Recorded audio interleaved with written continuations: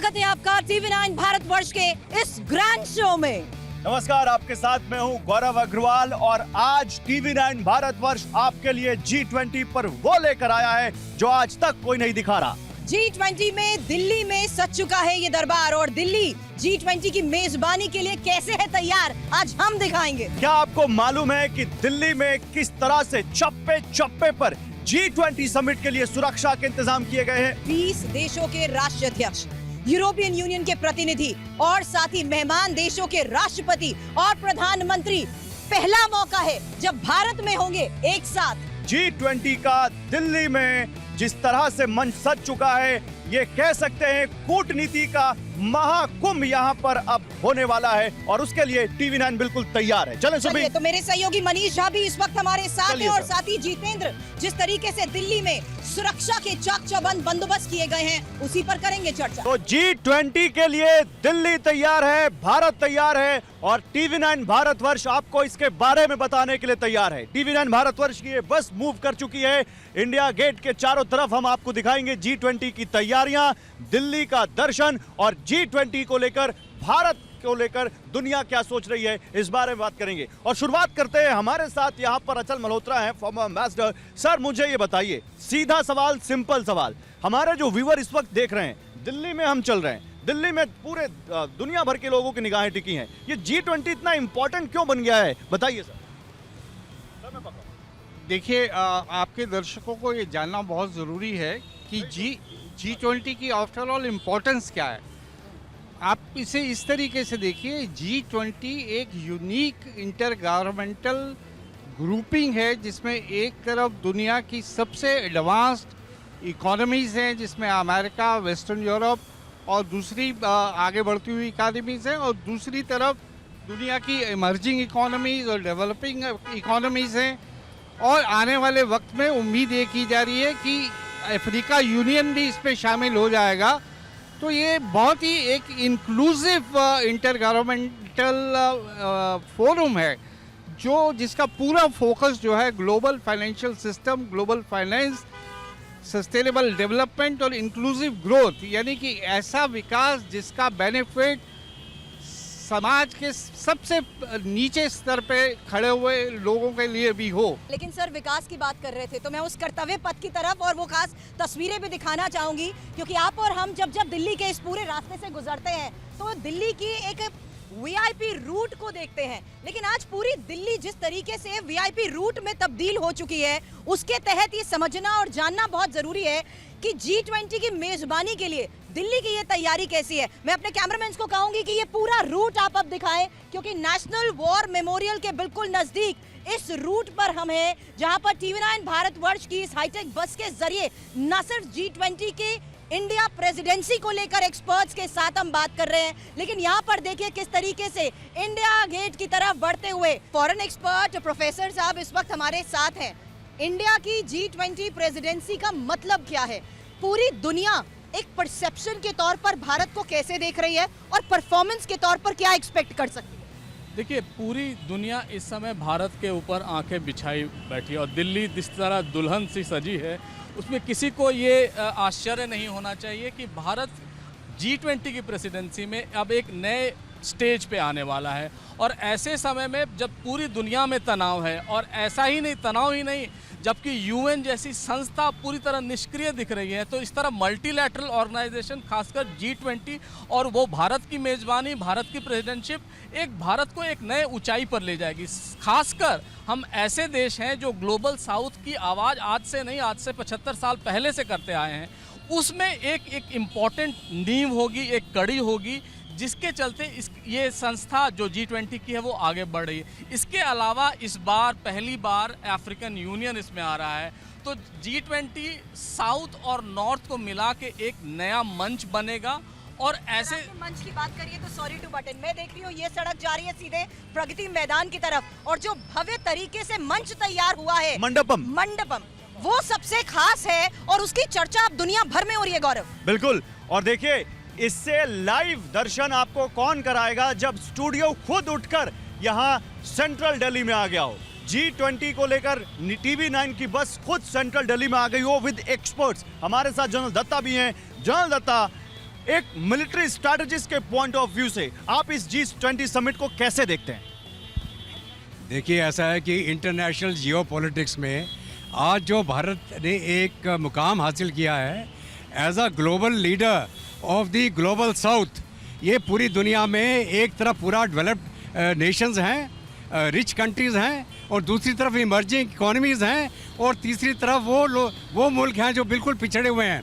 आज के दिन में हिंदुस्तान ने अपनी लीडरशिप की काबिलियत, अपना जो सबको साथ में लेके सबका साथ सबका विकास का जो हमारा एक नारा है, उसको इस G20 के अंदर हमने शामिल किया है। और आज के दिन एक मिलिट्री पावर के हैसियत मैं आपको रोकूंगा। ये देखिए पीछे सामने दिल्ली की It's time to salute because we are standing with the defense expert. I think it's time to salute. Salute, बिल्कुल बिल्कुल। Manish, come on, it's हम time सब to सैल्यूट कर salute. सकते हैं। जितेंद्र। वॉर मेमोरियल सामने है, और जब हम बात कर रहे हैं तब एक थर्ड वर्ल्ड वॉर की बात कही जा रही है दुनिया में, जो हो सकती है रूस और यूक्रेन युद्ध को लेकर। क्या इस G20 में उसकी भी छाप दिखेगी? देखिए, ये बात तो सच है कि रूस यूक्रेन युद्ध पिछले 1.5 साल से दुनिया के हर वैश्विक मंचों पर इसका डिस्कशन हुआ, लेकिन G20 जब भारत आयोजित कर रहा है तो इस वक्त आप सोचिए कि कोरोना महामारी के बाद, रूस यूक्रेन युद्ध के बाद दुनिया के सामने तमाम चुनौतियां हैं। हमें यह भी इंश्योर करना है कि रूस यूक्रेन युद्ध का जो है एजेंडा, वो G20 के मूल एजेंडे को हाईजैक ना कर ले, और यही भारत की सबसे बड़ी कामयाबी है। और इसी वजह से आप देखिए कि हमने G20 में फोकस ये रखा है कि दुनिया की सारी प्रॉब्लम का समाधान निकाला जाए। तमाम मुद्दों पर चर्चा के लिए मेरे सहयोगी जितेंद्र भी हमारे साथ हैं। और जितेंद्र, राजधानी दिल्ली जिस तरीके से सुरक्षा कवच के घेरे में इस वक्त है, सॉरी आपको रोक रहा हूँ। ये देखिए, ये National Gallery of Modern Art आ चुकी है, और मालूम है G20 को लेकर खास बात क्या है सुबी? यहाँ जो हमारे डेलीगेट्स आएंगे, विदेशी मेहमान आएंगे, उनके लिए खास तैयारियां की गई हैं। उनको यहाँ पर जो हैंडीक्राफ्ट के सामान हैं और जो दूसरे दुनिया देश में अलग स्टेट से जो स्टॉल्स हैं, उनके लिए यहाँ खास तैयारियां की गई हैं। तो ये भी दिखाना चाहिए। ये इस वक्त हम देख रहे हैं आप national Gallery of Modern art से गुजरते हुए। सुरभि, बिल्कुल। और तैयारियों की जहां तक बात हो रही है तो की वजह क्या है कि G20 में इस बार हम कल्चर, क्राफ्ट और कुजीन, ये तीनों चीजें दिखाने वाले हैं। भारत की संस्कृति, भारत का क्राफ्ट और भारत का खान पान। तो इस वक्त जब आप गुजर रहे हैं यहाँ पर, तो national Gallery of Modern art के जरिए हम अपने क्राफ्ट को दिखाएंगे, इसके आगे हम अपना कल्चर दिखाएंगे, हम खान पान दिखाएंगे, तभी तो देखेगी दुनिया कि भारत की पहचान क्या है, भारत की ताकत क्या है। और सुरक्षा के लिहाज से दिल्ली की तैयारी, जितेंद्र बताएं। बिल्कुल, देखिए, जितने भी देश G20 समिट के अंदर आ रहे हैं, सभी की जो एजेंसीज हैं पहले से दिल्ली के अंदर अभी मौजूद हैं। उन्होंने बाकायदा हमारे जो दिल्ली पुलिस के ऑफिसर्स हैं, तमाम एजेंसीज के ऑफिसर हैं, उन सभी से एक मीटिंग की, पूरा सुरक्षा का जायजा लिया, देखा कि आखिरकार कितनी लेयर सिक्योरिटी दिल्ली में होगी। हम इस वक्त नई दिल्ली इलाके के अंदर मौजूद हैं। अभी हम और आप आराम से चल रहे हैं यहाँ पर, लेकिन 8 तारीख के बाद यहाँ पर तमाम तरीके के प्रतिबंध लग जाएंगे। जो आम गाड़ियाँ हैं वो आपको नहीं दिखेंगी, सिर्फ आपको जो राष्ट्र अध्यक्ष यहाँ पर आएंगे, जो प्रतिनिधि आएंगे, उन सभी के काफिले यहाँ से गुजरते हुए दिखाई देंगे। हालांकि फिर भी थोड़ी बहुत राहत यहाँ पर लोगों को दी गई है जो कि इसी नई दिल्ली इलाके में रहते हैं। नहीं, मुझे एक चीज बताइए जितेंद्र, इतना ट्रैफिक पीछे आ रहा है, ये उस दिन क्या रहेगा? यहाँ पे ये ट्रैफिक रहेगा? बहुत लेसो लेकर बातें हो रही है। आप ये इस वक्त ट्रैफिक देख रहे हैं, उस वक्त ये ट्रैफिक बिल्कुल आपको नहीं दिखाई देगा। सिर्फ यहाँ पर जो प्रतिनिधि मंडल होगा उसका काफिला यहाँ से गुजरेगा, जो तमाम अधिकारी होंगे उन्हें यहाँ से गुजरने की इस बारे में भी चाहूंगी, जब वर्ल्ड लीडर्स यहाँ पर आते हैं और जो बाइडेन यहाँ पर आने वाले हैं, बड़े बड़े राष्ट्राध्यक्ष यहाँ पर होंगे, क्या उससे पहले उनकी तरफ से भी सिक्योरिटी टीम्स आती हैं, मुआयना करती हैं, या ये कहें कि सिक्योरिटी एजेंसीज की तरफ से उनकी टीम्स को भी यहाँ डिप्लॉय किया गया? बिल्कुल, देखिए, दरअसल जितने भी वर्ल्ड लीडर आते हैं, खास करके इस समय आप सोचिए, अगर दिल्ली देश की धड़कन है तो इस वक्त G20 की वजह से दिल्ली में दुनिया आ रही है। 40 देशों के राष्ट्राध्यक्ष, प्रधानमंत्री, राष्ट्रपति और दूसरे और नेता यहाँ पर मौजूद रहेंगे। वैसी स्थिति में आप सोचिए, यानी कि 20 मेंबर कंट्री, 9 इनवाइटेड कंट्री और इसके अलावा 13 जो इंटरनेशनल ऑर्गेनाइजेशन है उनके प्रतिनिधि।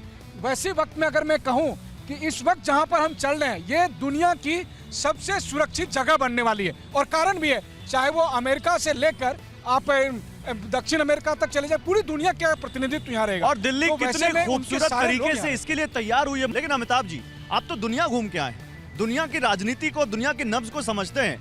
ये बताइए, G20 जैसा समिट जब किसी दूसरे देश में होता है तो उसकी बड़ी बात होती है, जाहिर सी बात है इंडिया की बात भी हो रही है। प्रधानमंत्री नरेंद्र मोदी की इमेज इस G20 समिट से कितनी बड़ी हो जाती है? देखिए, प्रधानमंत्री भारत का प्रतिनिधित्व करते हैं, भारत के सर्वोच्च नेता हैं, उस लिहाज से प्रधानमंत्री का कद इससे जरूर बढ़ेगा। मैं ये भी बता दूं, और प्रधानमंत्री ने ये इनिशिएटिव लिया कि ये सिर्फ दिल्ली स्पेसिफिक या दिल्ली सेंट्रिक नहीं रहे, 200 जगहों पर इसके लिए आयोजन किया गया, लोग को इसमें इन्वॉल्व किया गया। ये अब तक माना जाता था कि फॉरेन पॉलिसी एक एलिट कॉन्सेप्ट है, सिर्फ अभिजात वर्ग ही इसका पार्टिसिपेट करता है, लेकिन हमने देखा 200 मीटिंग्स हुई, 80 मीटिंग्स उसमें से ऐसी हुई जिसमें विदेशियों को भी बुलाया गया और पूरे हिंदुस्तान में इसको ऐसी ऐसी जगहों पे हुई जो दिल्ली, मुंबई, कोलकाता नहीं बल्कि रिमोट एरियाज में छोटे छोटे जगह में, और खासकर ऐसे जगह वो चीज़ पहुंची जब उनको भी लगने लगा कि ये सचमुच एलीट कॉन्सेप्ट नहीं है फॉरेन पॉलिसी या G20, हम भी उसके साथ जुड़े हैं और इसमें प्रधानमंत्री का योगदान बेशक बहुत ज़्यादा जाता है। कि जब 2017 में हांगजू में सम्मेलन हुआ था तो पूरी दुनिया ने हांगजू को भूतहा शहर का नाम दे दिया था। मतलब कुछ दिन पहले से ही, बल्कि 2 हफ्ते पहले से ही उस शहर में 1 करोड़ लोगों में से केवल 1 लाख लोगों को रहने दिया गया था। लेकिन आज आप देखिए G20 से महज 72 घंटा पहले हम लोग उस जगह घूम रहे हैं। यही पावर है। केवल घूम रहे हैं बल्कि दिखा भी रहे हैं। और ये सी हेक्सागन पे इस वक्त हम हैं, ये देख सकते हैं आप, सामने कर्तव्य पथ आपको दिख रहा है, राष्ट्रपति भवन दिख रहा है, वहां पर आपको नॉर्थ और साउथ ब्लॉक दिख रहे हैं और ठीक सामने इंडिया गेट दिख रहा है यहाँ पर। और ये कितना खूबसूरत है इस वक्त, आप देखिए इस वक्त कितनी सफाई है यहाँ पर। प्रधानमंत्री नरेंद्र मोदी का सुरभि जो स्वच्छता का विजन है वो आपको यहाँ दिखता है। एक बड़ा मैसेज जरूर वो यहाँ से भी देना चाहेंगे। बिल्कुल, लेकिन ये तो हम सुबह का व्यू दिखा रहे हैं, रात के वक्त भी अगर गौरव आप यहाँ पर आएंगे तो चमकती टिमटिमाती हुई दिल्ली की वो तस्वीर वाकई अद्भुत है। और ये मैंने इसीलिए कहा प्रोफेसर साहब कि आज दिल्ली की विश्व स्तरीय लेवल पर अगर हम कहें ग्लोबली जिस तरीके से चर्चा हो रही है उसमें एक महत्वपूर्ण बात है कि अगर प्रधानमंत्री नरेंद्र मोदी विश्व के किसी भी मुद्दे पर चिंता जाहिर करते हैं, ग्लोबली जिस तरीके से उन्हें सुना जाता है उसे कोई भी नजरअंदाज नहीं कर सकता। इसीलिए चर्चा को अब मैं आगे बढ़ा रही हूँ इस लेवल पर जहां ये जानना बहुत जरूरी है कि आखिर शी जिनपिंग दिल्ली क्यों नहीं आए, पुतिन दिल्ली क्यों नहीं आए। लेकिन सर इस सवाल का जवाब देने से पहले, चूंकि ठीक आपके पीछे का जो बैकग्राउंड है वो हम दिखा रहे हैं जब, और हमारे माध्यम से दुनिया देख रही है, अब हम हैदराबाद हाउस पहुंचने वाले हैं। देखिए इस जगह का अपना महत्व है। वो जगह जहां पर कि हमेशा प्रधानमंत्री को आप दुनिया के दूसरे प्रधानमंत्री से, राष्ट्रपति से बातचीत करते देखते हैं। दरअसल भारत का जो पावर है वो विजुअल आज भी नहीं भूलता जब प्रधानमंत्री नरेंद्र मोदी बराक ओबामा के साथ यहाँ पर गार्डन में टहल रहे थे, दोनों ने चाय पी थी हैदराबाद हाउस में। वो विजुअल आज तक देखिए। और बराक ओबामा ने बहुत स्पष्ट शब्दों में कहा था कि देखिए आपने लिए मेरे लिए कितना अच्छा वेदर अरेंज किया है, क्योंकि दिल्ली का वेदर बहुत अच्छा था उन दिनों जब वो आए थे। ये कहता हूँ कि जो नेता हैदराबाद हाउस नहीं आया वो नेता ही नहीं है।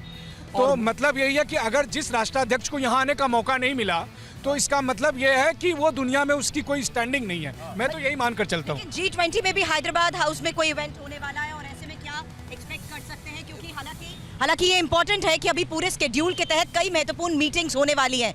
जी हाँ बिल्कुल, देखिए चूंकि बायलैटरल मीटिंग्स हैं, बायलैटरल मीटिंग्स के लिए ज़रूरत पड़ी तो यहाँ हैदराबाद हाउस को तैयार रखा गया है कि अगर कोई बायलैटरल मीटिंग्स की ज़रूरत पड़ी, वरना चूंकि G20 के लिए हमने खास तौर पर मंडपम बनाया, विशाल मंडपम। और जैसा मैंने आपको कहा कि मैंने खुद 3-4 G20 कवर किया है, जो हमारा मंडपम है यानी हमारा जो मंच है उससे बेहतर मंच तो आज तक किसी G20 में नहीं बना।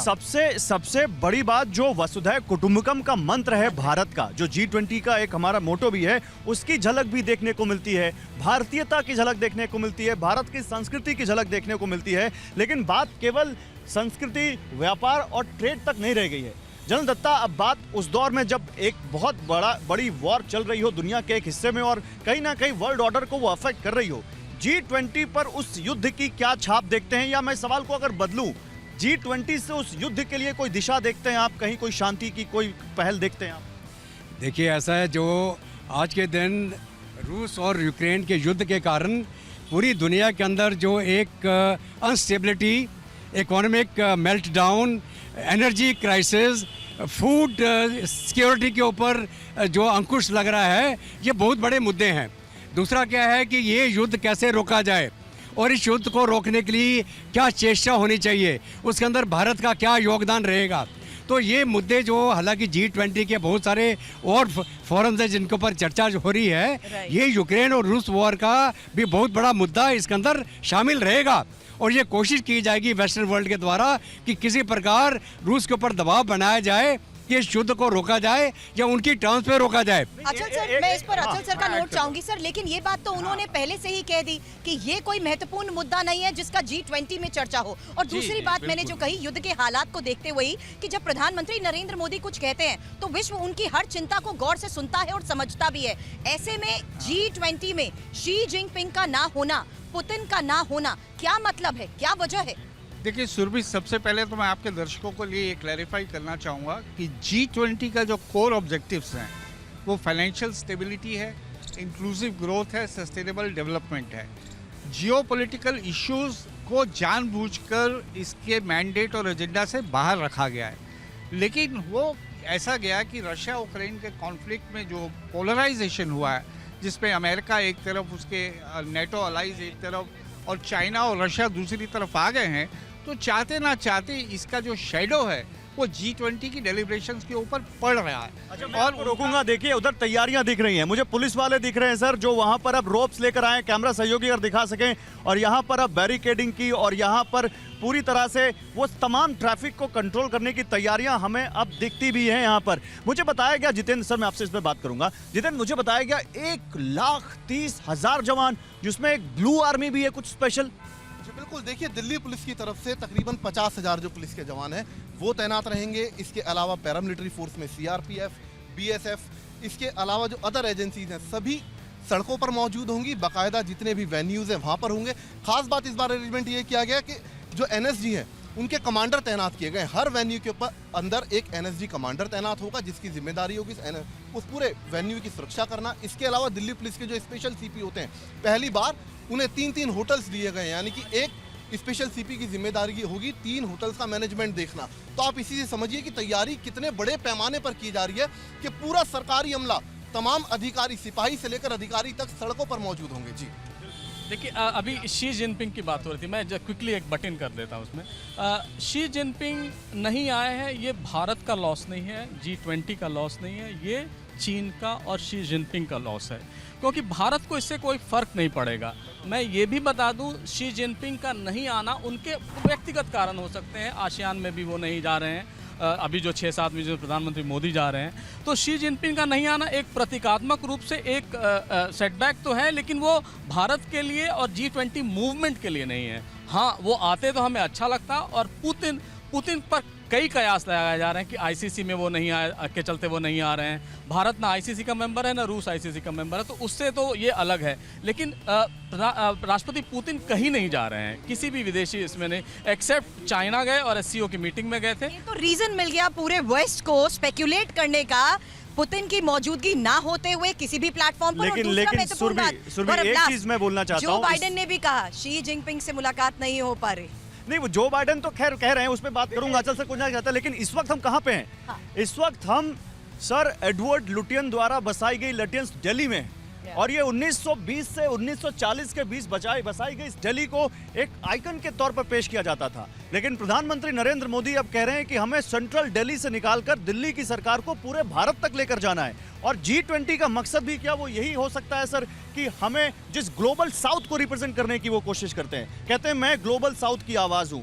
अफ्रीकन यूनियन को भारत ने प्रस्ताव दिया है कि G20 में शामिल किया जाए। अगर सर ये होता है तो प्रधानमंत्री ग्लोबल साउथ के कितने बड़े एम्बेसडर बन सकते हैं? देखिए, वॉइस ऑफ ग्लोबल साउथ बनना जो है भारत के एजेंडा में शामिल है। आपको याद होगा कि जब ये G20 की डेलिब्रेशन शुरू हुई थी तो हमने वॉइस ऑफ ग्लोबल साउथ की एक कॉन्फ्रेंस करी थी, जिसमें हमने साउथ की, जो ग्लोबल साउथ की डेवलपिंग, अंडर डेवलपिंग कंट्रीज़ या under developed countries, least developed countries, उनसे ये पूछा था कि आपके कौन से ऐसे मुद्दे हैं जो हम विश्व के पटल पर रख सकते हैं। और मैं इसमें थोड़ा ये ऐड कर दूँ, ये हमारे लिए नया एक्सपीरियंस नहीं है। हम आज़ादी के बाद ग्लोबल साउथ, जो हमारा साउथ है, उसको हमने जियोपॉलिटिकल इश्यूज़ को लेकर NAM में रिप्रेजेंट किया था, और इकोनॉमिक इश्यूज़ को लेकर हमने G77 में रिप्रेजेंट। सर अच्छा, हमारे दर्शकों की थोड़ा उनकी सहूलियत के लिए ग्लोबल साउथ का आसान भाषा में मतलब समझा दीजिए, क्योंकि बार बार ग्लोबल साउथ हम सुन रहे हैं। बिल्कुल, देखिए ग्लोबल साउथ और ग्लोबल नॉर्थ ये कोई जोग्राफिकल एंटिटीज़ नहीं है। ये ग्लोबल साउथ का, इनकी सबसे पहले शुरुआत हुई थी फर्स्ट वर्ल्ड, सेकेंड वर्ल्ड और third world, immediately after the second world war. जो अमीर लोग थे उन्हें फर्स्ट वर्ल्ड में डाला गया था, और गरीबों को थर्ड वर्ल्ड में डाल दिया गया था, और बीच में जो रशिया वगैरह जो थे वो सेकेंड वर्ल्ड में आए थे। धीरे धीरे ये जो डिस्टिंक्शन अब ख़त्म होकर अब ग्लोबल नॉर्थ और ग्लोबल साउथ के नाम से जानी जाती है। ग्लोबल साउथ मतलब गरीब, developing world, under developed world, यानी अफ्रीका, एशिया। एशिया में बहुत से हैं, लेटिन अमेरिका, पूरे हर कॉन्टिनेंट में आपको कोई ना कोई ऐसा देश मिलेगा जो काफ़ी अंडर डेवलप्ड है। बिल्कुल। ग्लोबल नॉर्थ जो है वो रिच, एफ्लुएंट, और उसके साथ उनकी इनकम बहुत हाई है, एडवांस्ड इकोनॉमीज हैं, यानी यूरोप और अमेरिका। यूरोप, अमेरिका और ऑस्ट्रेलिया भी देखिए ना, जोग्राफिकली वो ग्लोबल नॉर्थ में नहीं आता, वो उसमें सॉरी ग्लोबल उसका जो जोग्राफी है, लेकिन उसको बोला जाता है। हाँ, तो वो ग्लोबल नॉर्थ में ही गिना जाता है। अब मैं एक चीज़ ऐड कर देता हूँ, मुझसे किसी ने पूछा था कि भारत कहाँ स्टैंड करता है इसमें। एग्जैक्टली। मेरी अपनी असेसमेंट ये है कि अब हम उस मुकाम पे पहुंच चुके हैं जब भारत टेक्निकली ग्लोबल साउथ में है, लेकिन भारत का transition from global south to global north उसकी बिगिनिंग हो चुकी है, और आने वाले 10 सालों में हम कहीं ना कहीं ये बड़ा take away, global south to global north, उसकी यात्रा शुरू हो चुकी। Transition the bridge. चलिए। इंडिया जो है ग्लोबल नॉर्थ और ग्लोबल साउथ का एक ब्रिज का माध्यम का काम कर रहा है आज के दिन। चलिए, लेकिन आप ग्लोबल नॉर्थ और ग्लोबल साउथ में भारत की भूमिका की चर्चा कर रहे हैं, लेकिन सेंट्रल दिल्ली में ही आगे बढ़ते हुए, जिस तरीके से हम अशोका रोड से आगे बढ़ते हुए उस जगह पर पहुंच चुके हैं जहां पर ये सभी बड़े बड़े दिग्गज ठहरने वाले हैं। Exactly. अपने होटल शंग्रीला हमें यहाँ पर नजर आ रहा है। आगे बढ़ेंगे तो दूसरे रूट की तरफ ला मेरिडियन हमें नजर आएगा। और मैं अभी इसी बारे में जितेंद्र आपसे बात कर रही थी कि इसी ला मेरिडियन होटल की छत पर कमांडोज की हेलीकॉप्टर से लैंडिंग की तस्वीरें और वो खास ड्रिल हमने देखी है। लेकिन ये महत्वपूर्ण है मनीष समझना कि किस तरीके से ये तमाम दिग्गज, और अगर मेरी इंफॉर्मेशन करेक्ट है तो शंग्रीला और साथ ही वो तमाम होटल्स होंगे जहां पर ऋषि सुनक भी ठहरने वाले हैं। हालांकि आगे जितना हम दिल्ली में आगे बढ़ेंगे, ललित होटल की तरफ बढ़ेंगे तो वहां पर फुमियो कुशिदा रुकेंगे। अब जो बाइडेन कहां पर रुक रहे हैं, ये बड़े बड़े वर्ल्ड लीडर्स कहां पर रुक रहे हैं, कौन शंग्रीला में रुकने वाला है, ला मेरिडियन में कौन रुक? जी बिल्कुल, देखिए अगर ली मेरिडियन की बात करें तो यहाँ पर स्पेन का डेलीगेशन होगा, मॉरिशस का होगा, नाइजीरिया का होगा, नीदरलैंड का होगा और यूरोपियन यूनियन का होगा। इसके अलावा ठीक सामने शंग्रीला होटल है। अगर हम इस शंग्रीला होटल की बात करें तो यहाँ पर भी जर्मनी का डेलीगेशन होगा। तो कहा जा सकता है कि जो तमाम बड़े राष्ट्र हैं उनके राष्ट्राध्यक्ष और डेलीगेशन इन दोनों होटल्स के अंदर रहेंगे, और यही वजह है कि अच्छा जितेंद्र, आप सिक्योरिटी बता रहे हैं, सिक्योरिटी सामने दिख रही है। ये देखिए यहाँ पर कैसे पुलिस के जवान हैं, कैसे यहाँ बैरिकेडिंग की हुई है और यहाँ पर चेकिंग भी चल रही है गाड़ियों की जो वहाँ पर जाने वाली हैं। यही हम बता रहे हैं आपको, न केवल यही रास्ता आपको यहाँ से संसद मार्ग की ओर लेकर जाते हैं, संसद की ओर। ये रास्ता यहाँ से आगे बढ़कर आप संसद भवन की तरफ जाते हैं। तो आप समझ सकते हैं ना कि इन इलाकों में जब हमारे दुनिया भर के राष्ट्राध्यक्ष रह रहे हैं, वो देख रहे हैं कि भारत का संसदीय परंपरा, भारत की लोकतंत्र और हरी भरी दिल्ली, उसको भी वो देख रहे हैं। जब वो ये कहते हैं कि इंडिया में कितना पोल्यूशन है, तो वो साथ में ये भी देख रहे होंगे कि इन पोल्यूशन को जनरेट करने वाला जो क्लाइमेट चेंज एक बड़ा टॉपिक है G20 का। और क्लाइमेट चेंज के गुनाहगार कौन है? वही लोग जो आने वाले हैं, वही विकसित देश जो अब तक G7 के ग्रुप नहीं, वो तो बहुत बड़ी बात आकर देखेंगे कि हमने तो अपनी दिल्ली को हरी भरी रखा था। उस पे तो राय आज तक आम राय बन ही नहीं रही है सर। उस पे तो बात ही नहीं हो रही कि तुम अपने यहाँ कार्बन एमिशन कम करो और हमारे यहाँ फॉसिल फ्यूल पर ज्ञान कम दो। देखिए, भारत का स्टैंड ये रहा है कि हिस्टोरिकली ये जो डेवलप्ड वर्ल्ड है वो ही आज की इस परिस्थितियों के लिए, जो एनवायरमेंटल डैमेज हुई है, जो उसके लिए जिम्मेवार है। और इसीलिए हम कहते हैं कि ये हमारी जो है इक्वल बट डिफरेंशिएटेड जो रिस्पॉन्सिबिलिटी है इसको एड्रेस करने की। हमने वॉलंटरली बहुत सारे मेजर्स अनाउंस किए हैं। अभी आपने क्लाइमेट चेंज की बात करी ना, क्लाइमेट चेंज तो पेरिस कॉन्फ्रेंस के बाद पैरामीटर सेट हो गए हैं। अब ज़रूरत है क्लाइमेट फाइनेंस की, क्योंकि बहुत जो छोटी बड़ी कंट्रीज़ हैं जो अफोर्ड नहीं कर सकती मिटिगेशन एडेप्टेशन मेजर्स, कैसे लड़ा जाए पॉल्यूशन से, कैसे एनवायरमेंट डैमेज को रोका जाए, कैसे सस्टेनेबल डेवलपमेंट की जाए, जिसके लिए फाइनेंस चाहिए, आपको कैपेसिटी बिल्डिंग चाहिए, आपको ट्रेनिंग प्रोग्राम। ट्रू। जिनपिंग के नहीं आने को दुनिया कैसे देख रही है? देखिए, मैं ये मानता हूं कि G20 जब भारत आयोजन कर रहा है तो जिनपिंग या पुतिन अगर नहीं आ रहे हैं तो इससे G20 की महत्ता कम नहीं हो जाती है। और वैसे भी देखिए, मैं एक उदाहरण देता हूं आपको। 2021 में इटली में हुआ था G20, हम लोग थे वहां पर, 6 देश के राष्ट्राध्यक्ष नहीं आए थे उसमें, है ना। इससे पहले भी चीन के राष्ट्रपति नहीं गए हुए हैं। सऊदी अरब G20 का मेंबर है, 9 बार वो नहीं आया था। और ऐसे अगर आप देखें, केवल भारत, अमेरिका समेत मात्र 8 कंट्री हैं G20 में जो हर बार जिनका पार्टिसिपेशन टॉप लेवल पर रहा है, वरना मैक्सिको तो पिछले 3 साल से वो अपीयर ही नहीं हो रहा है। बल्कि सऊदी अरब ने तो एक बार बिना मंत्रालय के मंत्री को भेज दिया था। तो ऐसा होता है, ऐसा नहीं है कि पहली बार हो रहा है। 2-3-4 G20 के 5 फायदे आप ही बता दीजिए कि क्या होने वाले हैं भारत की इस प्रेसिडेंसी।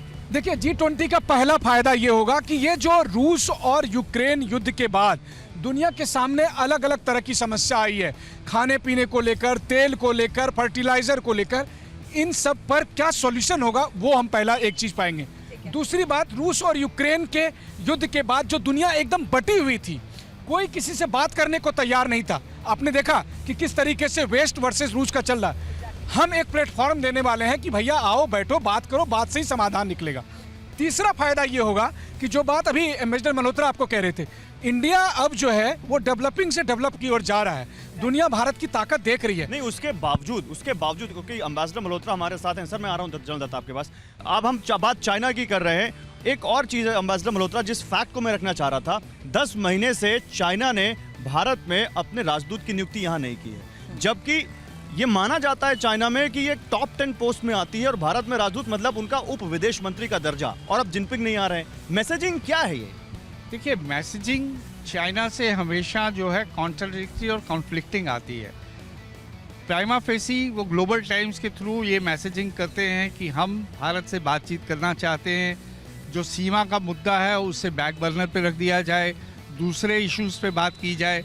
लेकिन ग्राउंड रियलिटी एकदम अलग है। चाइना को ये डाइजेस्ट नहीं हो रहा कि इंडिया जो है ग्लोबल लाइमलाइट में आ रहा है, ग्लोबल साउथ का लीडर बन के उभर के आ रहा है, और उसकी जो एक कद है वो पूरे ग्लोबल सिस्टम में बढ़ रहा है। तो ये उसकी ना आने की बहुत सारी वजहों के पीछे एक वजह तो ये है, शायद उसे लगा कि वो आने के बाद यहाँ आइसोलेटेड महसूस करेगा, पुतिन भी नहीं आ रहे हैं। दूसरी वजह ये भी है कि वो डेलिबरेटली इसको सेबोटाज करने की भी कोशिश कर रहा है। उसका जो समय समय पे ये मैप निकाल देना, इससे क्या है, इंटरनेशनल मीडिया और दूसरे मीडिया की अटेंशन डाइवर्ट करना चाहता है। G20 पे फोकस हटे, आलतू फालतू बातों पे फोकस चला जाए। तो ये भी एक किस्म से उसकी डायरेक्ट इनडायरेक्ट अप्रोच है। से प्रोफेसर साहब, जिस तरीके से प्रधानमंत्री नरेंद्र मोदी की तरफ से ग्लोबल पीस की बात कही जाती है, शांति की बात कही जाती है, तमाम ऐसे मंच हैं जहां आतंकवाद का पीएम जरूर जिक्र करते हैं। क्या एक्सपेक्ट कर सकते हैं यहाँ भी हम? नहीं, बिल्कुल होगा, आतंकवाद की बात होगी। और सबसे इम्पोर्टेंट है डेट रीस्ट्रक्चरिंग, जिसमें चाइना बहुत इन्वॉल्व है। कई सारे ऐसे देश हैं जो चाइना के डेट में फंस गए हैं और एक डेट ट्रैप में आ गए हैं। उनको एसेट मोनेटाइज कर रहा है चाइना उससे भी बचना चाहता है कि कहीं ना कहीं उसका भी इन्वॉल्वमेंट होगा। स्टेट एज अगर भारत को ही हम देखें, भारत जैसे राज्य के लिए ये बहुत ज़रूरी हो जाता है कि चाइना का एक विकल्प भी वेस्ट को दिखाया जाए। जैसे अभी बात हो रही थी कि डेवलप्ड कंट्रीज कौन है, IMF के रैंकिंग में इंडिया अभी भी डेवलपिंग कंट्रीज है, चाइना अभी भी डेवलपिंग कंट्री है। तो वो जो पैमाना है देशों को देखने का दुनिया को, वो भी बदलेगा। इस अगर बड़ा विकल्प होता है तो मनीष, जब जो बाइडेन और प्रधानमंत्री नरेंद्र मोदी मिलते हैं तो विश्व की नजर उस पर भी रहती है। ऐसे में अमेरिका भारत की तरफ कैसे देख रहा है? जो बाइडेन की दिल्ली में मौजूदगी का संदेश क्या होगा? देखिए, इसमें तो कोई दो राय नहीं है कि अमेरिकी राष्ट्रपति का ये दौरा जब होगा यहाँ पर, तो वाकई में पूरी दुनिया देखने वाली है उसको। वो इसलिए क्योंकि आप कई सारे चीज़ों को देखिए, आप पिछले 1.5 साल में ऐसा कोई इवेंट नहीं है जिसमें यूक्रेन के राष्ट्रपति जेलेंस्की नहीं पहुंचे थे। अब आप देखिए, दिल्ली की हरियाली का नमूना है ये कि जब आप और हम गुजर रहे हैं तो आपको पेड़ की वजह से भी झुकने पड़ रहे हैं। और अजय, हरे भरे पेड़ है सर, हरी भरी दिल्ली है।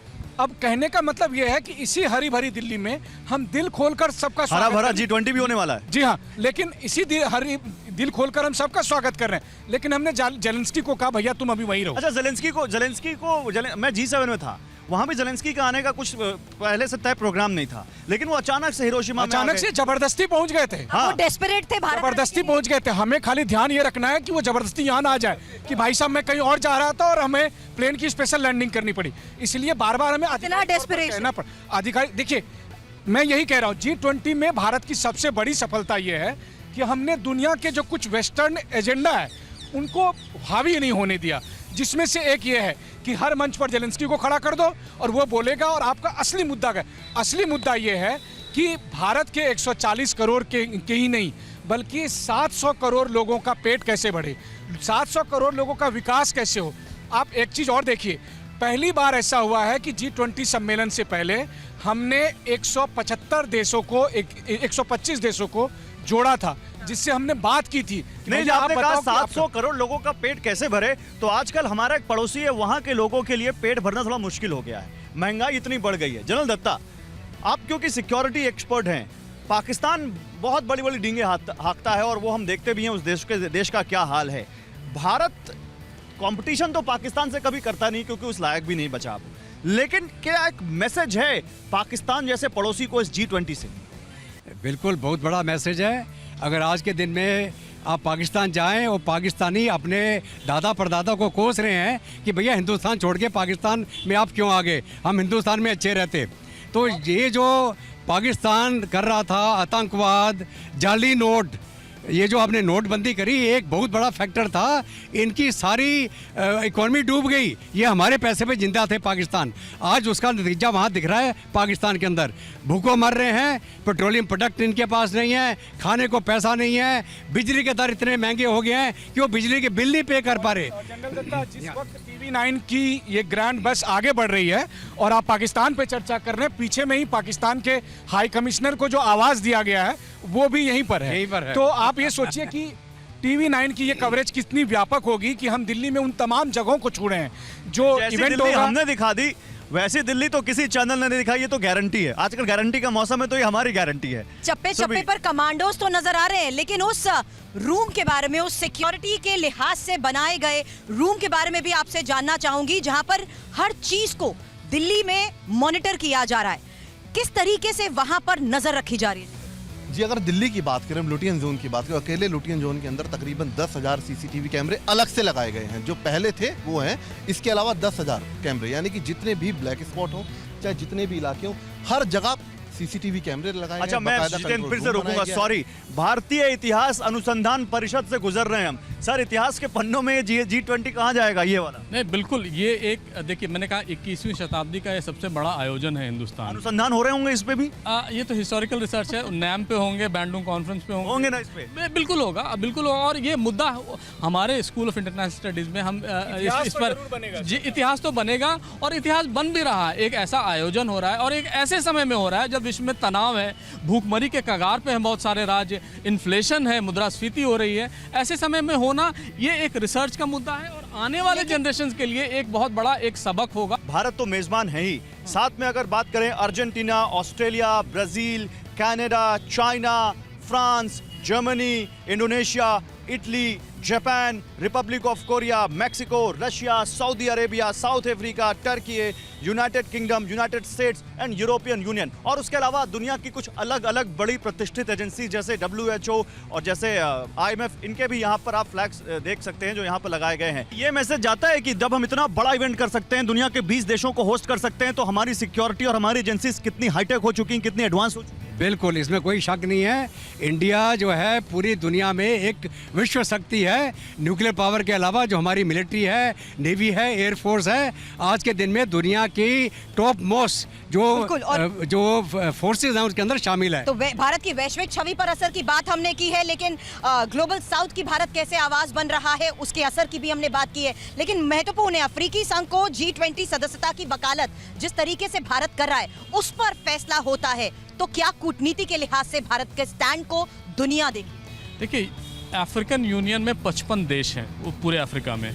अगर वो G20 के साथ जुड़ जाते हैं तो G20 को बल मिलेगा, भारत के साउथ के नेतृत्व को एक बल मिलेगा, और G20 एक इंटरफेस भी है। मतलब नॉर्थ और कुंभ में साउथ जैसे का। नहा के वहां पे लोगों के पाप धुल जाते हैं, लोग कहते हैं यहाँ महाकुंभ लग रहा कूटनीति का, यहाँ किसके पाप धुलेंगे? बिल्कुल, अभी मनीष ने कहा कि ये 20 साल बाद हो रहा है ऐसा, या 20 साल बाद ऐसा होगा। 16 साल पे कुंभ लगता है और एक अर्ध कुंभ होता है, तो हम उस अंतर्राष्ट्रीय कुंभ के विटनेस हैं। और जिस तरह हम शहर में घूम रहे हैं, जितने CCTV हमें देख रहे हैं, जितना हमें दर्शक शायद ना देख पाए उतने CCTV पुलिस वाले देख रहे हैं। तो सिक्योरिटी प्रोफेसर साहब बिल्कुल आपने सही कहा, चूंकि अब G20 के शुरू होने में कुछ घंटे बचे हैं। हाँ। उससे पहले TV9 के कैमरे से आप उन जगहों को देख लीजिए, क्योंकि अभी हम लोग चल रहे हैं। हाँ। कुछ घंटे के बाद यहाँ सिर्फ वही चलेंगे हाँ। जो G20 के पार्टिसिपेंट होंगे।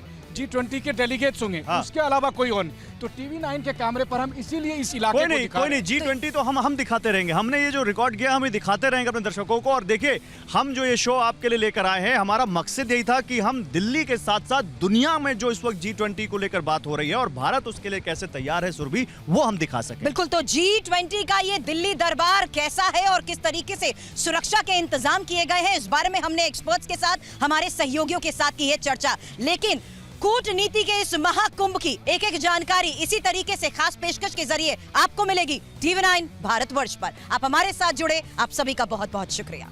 क्योंकि फिक्र आपकी, परवाह देश की। नमस्कार।